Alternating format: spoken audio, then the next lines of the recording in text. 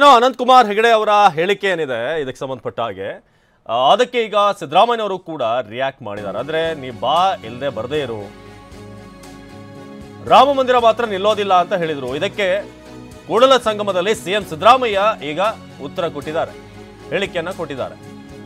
ಅದು ಅವರ ಸಂಸ್ಕೃತಿ ಎಂದಂತ ಸಿಎಂ ಸಿದ್ದರಾಮಯ್ಯ. ಇದು ಅನಂತ್ ಕುಮಾರ್ ಹೆಗಡೆ ಅವರ ಅಥವಾ ಬಿಜೆಪಿ ಅವರ ಸಂಸ್ಕೃತಿ. ಮಂತ್ರಿ ಆಗಿದ್ದಾಗ ಸಂವಿಧಾನ ಬದಲಿಸ್ತೇವೆ ಅಂತ ಹೇಳಿದ್ರು, ಅವರಿಂದ ನಾವು ಸಂಸ್ಕೃತಿಯನ್ನ ಬಯಸೋಕೆ ಆಗುತ್ತಾ ಅಂತ ಸಿದ್ದರಾಮಯ್ಯ ಮರು ಪ್ರಶ್ನೆ ಮಾಡಿದ್ದಾರೆ.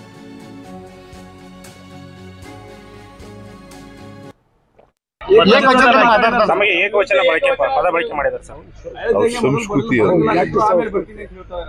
ಅನಂತ್ ಕುಮಾರ್ ಹೆಗ್ಡೆ ಇದಾರಲ್ಲ, ನಾವು ಅಧಿಕಾರಕ್ಕೆ ಬಂದಿರೋದೇ ಸಂವಿಧಾನ ಬದಲಾವಣೆ ಮಾಡಕ್ಕೆ ಅಂತ ಹೇಳಿದವರು.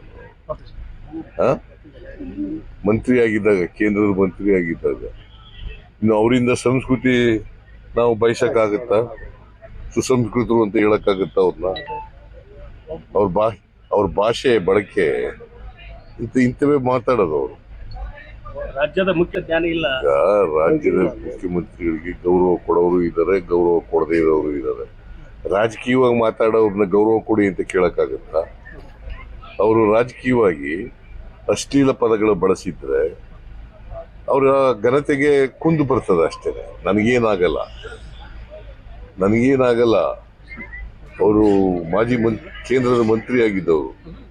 ಅವರು ಯಾವ ಭಾಷೆ ಬಳಸಬೇಕು ಅಂತಕ್ಕಂಥದ್ದು ಅವ್ರಿಗೆ ಗೊತ್ತಿಲ್ಲ ಅಂತಂದ್ರೆ ಅವರು ಸುಸಂಸ್ಕೃತರಲ್ಲ, ಮನುಷ್ಯರಲ್ಲ, ಅಮಾನವೀಯವಾದಂಥವ್ರು ಅಂತ ತೋರಿಸಿದ್ರು ಅಷ್ಟೇ.